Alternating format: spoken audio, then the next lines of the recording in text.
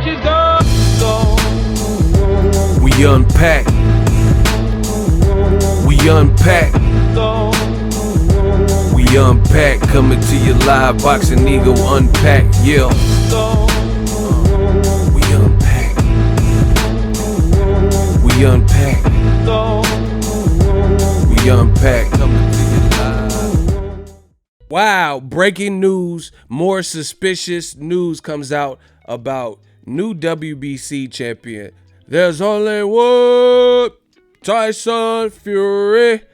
As a farmer from the UK claims that Tyson Fury paid him off to remain silent over a drug test fail, and he was never paid. So now he's ratting on Tyson Fury about his claim. Oh my God, it's about to go down. What up, Fight World? It's your boy Ego, and I'm back with some more boxing. Make sure you smash the like button. Also subscribe to the channel for the latest and greatest in boxing. If you want to become part of the gang, notification gang, please hit the bell icon. Shout out to the super chats, channel donations, the Venmo donations, the Cash App, and the Patreon family. We working.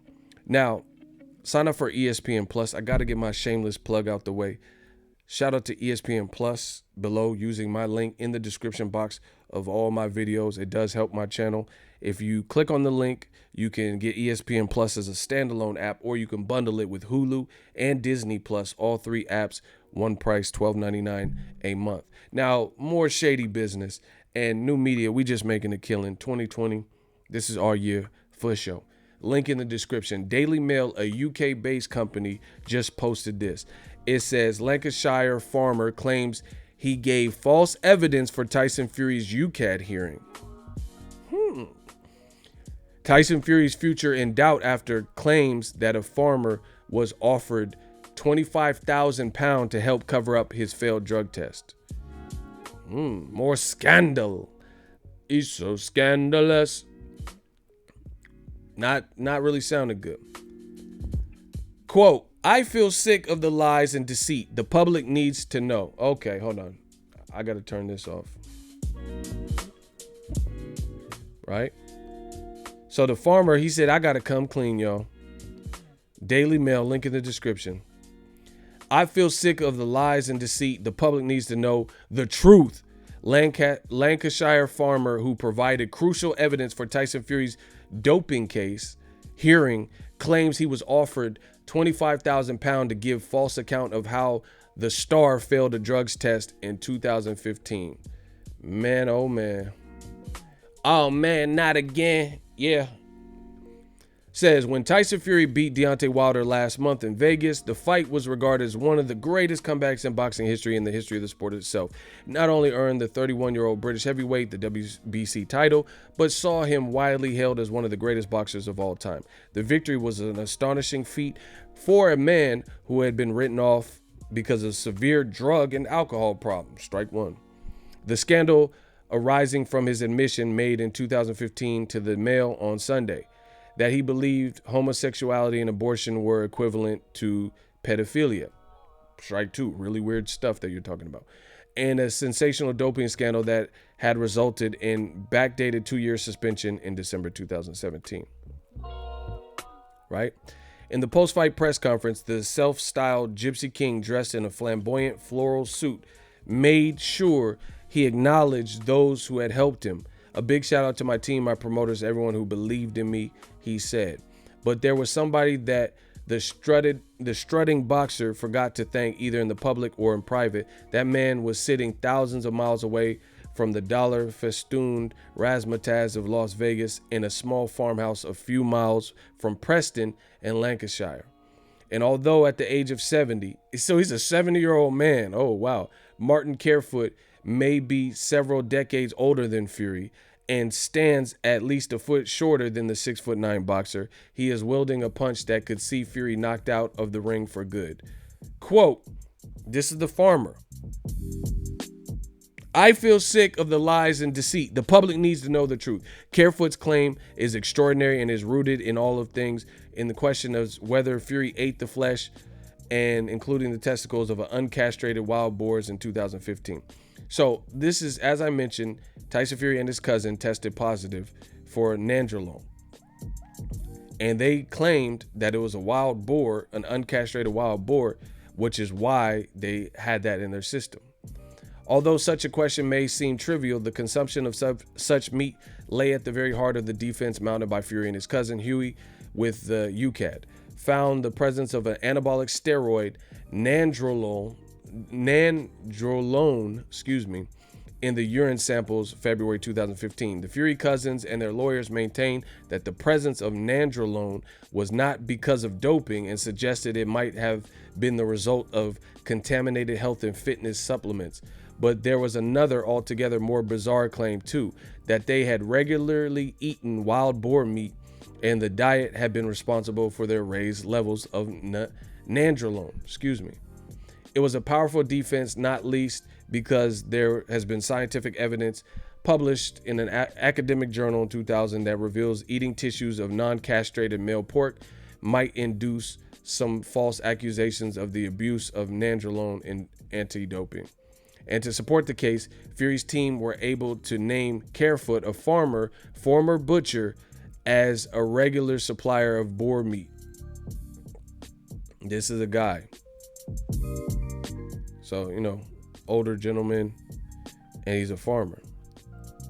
The farmer even provided 2 signed witness statements stating that he had indeed been a supplier to Team Fury and the boxer's lawyers, Morgan Sport Law, and Carefoot's evidence was passed to the drug authorities. These statements are now in the possession of the Mail on Sunday. The 2-year case was cripplingly expensive for Ukad, and the compromised judgment of a 2-year backdated suspension reached in December 2017 with the Fury cousins just before the hearing came to the National Anti-Doping Panel, and widely regarded as weighing heavily in favor of the boxers as it left them immediately free to fight. But Carefoot, who farms around the small town near Preston, is admitting that those statements were lies. And that he had never once supplied any wild boar to Fury or his team. I have never kept wild boar, he says. Oh my gosh. Tekashi 6ix9ine. He's 70 years old. He Tekashi 70. Is that how old they said he was? They said he was like 70 years old. He Tekashi 70. He said, I have never killed a wild boar. The closest I've ever gotten to a wild boar is when we once got some for a customer in the shop, and I actually chopped it up, and that's the closest I've ever even come. Carefoot does not know whether Tyson or his cousin were themselves aware that he had been asked to give false evidence, but his words will surely raise enormous questions as the nature of the defense mounted for the Fury cousins against Ukad, and may well see the agency reopening its case against it. And if any member of Fury's team is found to have orchestrated a cover-up, then the consequences for the boxer would be very serious indeed. Ooh, this is getting deep. It all started with the knock on the door of Carefoot's farmhouse on Tuesday in November 2016. Quote, it was a friend of mine who I knew extremely well, recalls Carefoot, and he said, I need a favor from you. I never thought twice about it. The friend explained to Carefoot that he had a friend on Team Fury who needed some help in getting Fury and his cousin off the charge made against them by Ukad. They, Team Fury, were in a mess and they were panicking, says Carefoot. They came to me and said they had a problem. They said just a simple letter to say that I had supplied them with wild boar. It would greatly help them to get them off the hook. And I said, okay, then I'll do what you say. I knew the bloke very well and he had done me a few favors. Carefoot says that he wrote the letter that very evening, addressed to whom it may concern. The farmer stated, I have supplied uncastrated wild boar to Tyson Fury's Team Fury at Bolton on a regular basis from January to October 2015. And when required, I also supply rabbits and pheasants and free-range chicken from time to time. Carefoot then signed the letter and gave it to his friend, who then passed it on as the go-between. Carefoot knew that the letter was a lie and now very much regrets his actions. But at the time, he says he had no qualms. I didn't think twice about it, he says. I didn't even worry about it. For a short while, Carefoot supposed that this was the end of the matter and continued to run his farm, where he keeps little more than a few sheep, cows, and chicken. Although he did keep pigs, that was many, many years ago, and he certainly never kept any wild boar. As the weeks and months went by, however, he found himself drawn even deeper into the attempts to prove Ukad that Fury and his cousin had been eating wild boar. Time went on and they kept ringing me, Carefoot says. They panicked then. It was phone call after phone call with, "Can you help us out? We're in a real mess." So I just went along with it. And then on November 23rd, 2016, Carefoot, the farmer, received the first of many emails from Morgan Sport Law, which was acting for Fury. After providing Carefoot with an extensive list of questions concerning his supposed wild boar, the firm came to the point, quote, "By way of background, we are seeking to determine whether there was a possibility the meat provided to Fury contained certain metabolites of nandrolone, an anabolic steroid. Nandrolone metabolites can be naturally occurring and present in certain meat. Hence the level of detail in the questions above." Man, I got to give a shout out to Daily Mail. This is really a detailed piece. But y'all, if you're new, consider subscribing to the channel. This is like, it's like a movie or, a novel. There is no suggestion that Morgan Sport Law or any of their employees or representatives were aware that Carefoot was lying, and the members of Team Fury were organizing a cover-up. Judging by the emails, the firm was diligent in trying to ascertain whether Carefoot had indeed kept wild boar and had supplied to the Furies. By that point, however, Carefoot felt he was in too deep, and he continued lying to Morgan Sports Law. In his first signed witness statement, finalized on the 17th of January, he stated he had supplied one fully butchered wild boar pig to Team Fury generally every 3 to 6 weeks, and that Team Fury were keen to utilize the whole animal, including the liver, kidney, right? Carefoot also stated that Team Fury were only provided with the meat from male wild boar pigs as it was leaner than the female. It would also contain more naturally occurring steroid. Of course, it was a serious claim, the more so as the farmer believes that some members of Team Fury were aware of the cover-up. Why then did Carefoot wish to take part of this extraordinary sequence of events? Well, the answer is simple. He claims they offered him money to lie, both on paper and in any forthcoming hearing in front of the NADP. I just went along with it, and they were dangling the carrot that I was going to get paid, he said. When things got serious, they offered me a sum of money before it went to court in London. A sum of money after I went along with them because I suppose in my own way, I was just helping them out. Thinking about it now, it must have been a daft thing to do. Carefoot says he was promised £25,000. So that's closer to 30 in US dollars. It's like 27, 28 probably thousand. So 25K roughly, 28K. A not inconsiderable sum, but perhaps not large enough when considering he was ready to lie to the NADP, which is a tribunal bound by the Arbitration Act 1996, which means providing false evidence and lying at an NADP hearing is a serious offense as committing perjury in a court of law. When the issue of whether he was willing to commit perjury was put to Carefoot, he said, "I suppose if I had to, I was already in too deep. They were dangling this carrot. I thought you're going to get 25 grand for this. I thought it's not a hanging matter. And so I went along with it." So the answer that is yes. By May 2017, Carefoot had supplied a second witness statement to Morgan Sports Law, which was in turn passed to Ukad. They signed statements reiterating the big lie. I supplied a range of animal meats and offal to Team Fury, which included wild boar and pigs. In addition, Carefoot supplied Morgan Sport Law with pictures of wild boar, which he claimed were taken on his farm, but which he now admits on the mail on Sunday were in fact taken as nearby Bowland Wild Boar Park in Chipping.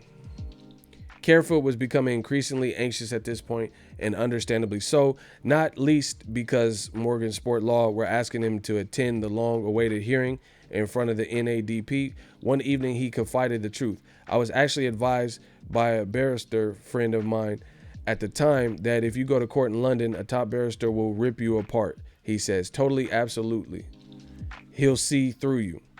In the event, he was saved by the bell. In December 2017, the boxing world was shocked to learn Ukad and Team Fury had now reached a now notorious compromise, which saw Fury given a comparatively minor sanction, a 2-year ban backdated to 2015, which not only allowed him to continue boxing, but let him keep the world title that he had versus Vladimir Klitschko the same year. To many, this was a little more than a slap on the wrist. There was widespread relief, not at least on part of Carefoot. Oh, wow. So this is a timeline. Quote, it felt empty. It felt bad. It was total rubbish, he says. So when it got to the stage where it was all thrown out and Fury got his license back, I had felt a great sense of relief. But that was not the only emotion gathering inside him. Carefoot had never been thanked for his help. He had never received not a penny of the £25,000 he felt he was owed. Bitterness soon took hold. Quote, they said they were going to come up to the farm and thank me very much, he says. Well, they never did. They never came near. I was told to shut up, be quiet, and forget about it. I just felt used and abused. I am happy the public know what all this is about and that they had my help, and I feel cheated and used. I see Tyson always praises Jesus as he is a Christian. Is this how a Christian would behave? Oh. Carefoot is well aware of the consequences of the lies he told. Without me, Fury wouldn't have been in boxing, he says frankly. Carefoot is doubtlessly right, as the false evidence was instrument in getting Fury back in the ring and to go on to become the star he is today, complete with an extraordinary backstory of redemption, which has earned him millions of fans all around the world. But as Carefoot recalls, it was all down to what seemed like just a small lie. It was the wild boar, he says. There was nothing else. But at the time, it felt like such a trivial thing, so trivial, petty. It was a really petty thing, but it has had massive consequence. Wow. This is insane. Okay, shout out to Carefoot. So this is what he's claiming. He's saying he was instrumental in a lie that somebody came up with, and they asked him for a favor. And basically, in the end, when Tyson Fury, because Ukad doesn't have money. See, now Ukad, there's a lot of questions that they have. They need to be looked into. Point blank, period. Dillian Whyte had a secret hearing when he fought Oscar Rivas that even Team Rivas didn't know about it. The public at large didn't know about it until Thomas Hauser's report, right? And nobody knew that Dillian Whyte failed a drug test. Then he has a secret meeting, and we don't hear about it for several months, right? And then Eddie Hearn stages a fight in Saudi Arabia outside of the UK jurisdiction, I guess. And the night before his fight, Diana Ball, Dillian Whyte gets to fight, and he gets cleared through the UCAD. Now we're hearing about this. So this is turning into a big mess. My thing is this, I don't know what Carefoot, I don't know him or whatever, but this is a 70-year-old man, 70-something-year-old man. What is he lying for? You just, from a practicality, why would he just randomly make this up? Just a random farmer. And it sounds like he has some evidence and some proof.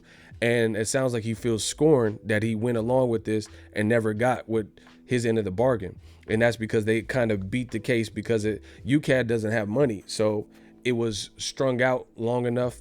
And then Tyson Fury kind of beat the case on a technicality. He beat it on a technicality. So as a result, they just said, oh, okay, it's good. We don't have to pay him. We don't have to worry about it. And now he's like, yo, what, what's this about? My thing is this too. How is it all Tyson Fury keeps having these things come about? Where there's smoke, there's fire. The glove gate. And this is a hell of a time for him to talk about that. You know, who knows if the farmer is aware of the Glovegate speculation. And then now he's like, man, you know what? I'm going to tell my story. I'm going to tell my truth too. Bad news. He's saying he helped cover up and basically provided the alibi, which he now admits to is perjury, the alibi for Tyson Fury actually beating his case. He's saying if it weren't for me, then Tyson Fury wouldn't have beat that case. And they never paid up. They were going to give him $25,000 because this was not just Tyson Fury. His cousin failed for the same thing, nandrolone. And see, this is the thing. When you fail a drug test, all you have to do is get on Google and see, you know, potential supplements that might have been sold in a vitamin shop or a GNC or other ways that have registered as false tests and stuff like that. Like, oh, this product sold over the stores had this particular remnants of this in it. So I took that, even if you didn't, like, because they had this thing called this creatine or something called Jack 3D or something like that. And people failed drug tests over it. So other people who failed it, who are really actually cheating, they just use that as a ploy. All you have to do is get on Google and look these things up. And they're saying that the flesh of an uncastrated boar could be responsible for nandrolone, something that the pig produces is, you know, could prove a falsified test. So they came up, the farmer saying they came up with this elaborate backstory, and they basically helped aid in Tyson Fury getting back in the sport of boxing, because had it not been for that testimony, then who knows, you know, it might have been deeper, it might have strung out longer and longer. So my question is this: old media says the Glovegate tampering and stuff, they're like, oh no, inconceivable. I told you, I question Tyson Fury's I question his character. He just keeps having this cocaine binge, saying the cocaine comments even after you don't do it no more, supposedly. The Glovegate, and the people saying you pull your fist down, the gloves look floppy. Now this farmer saying this about you. You had the nandrolone issue and suspension from Ukad, and it don't sound like Ukad is like all the way like looking into these issues with Dillian White, and I'm gonna probably say that for another video because I don't want to go too far in that. It's just like, how does he have all these issues, him particularly? You know, there's a 70-80-year-old man. Why would he just lie on you? So I can't wait to hear the response. And he says, the crazy thing is, he says he has written statements. So this could get real fishy and real hairy real soon. But this is the person that when Glovegate, but wait, there's more. When this whole Glovegate case is presented and say, hey, something underhanded went on. I don't know why he's manipulated his gloves. He's tampered with it. So like I told you, new media, we're covering everything. Broner got a DUI, I cover it, right? Just like this Tyson Fury stuff. It's unexplained how he was wearing his glove. Now you got a farmer saying he was basically a false witness and testified and was supposed to get paid off, like, you know, like the mob did to people, like on the Teamsters and different stuff, paid him off so you don't speak and stuff. And now he's like, I want my money and I feel guilty for it. You know, I got nothing. They just used me. Tyson Fury, you know, and like I said, everybody who's a party to this, like the Nevada State Athletic Commission, California State Athletic Commission, and other people who don't want to research this stuff, the WBC, anybody else who does not want to research this stuff, with all these allegations, with all this like circumstantial evidence, visible evidence and stuff, and they're not looking into these things, then the blood is on your hands. That's all I would say. What's done in the dark comes to light, like I've always said.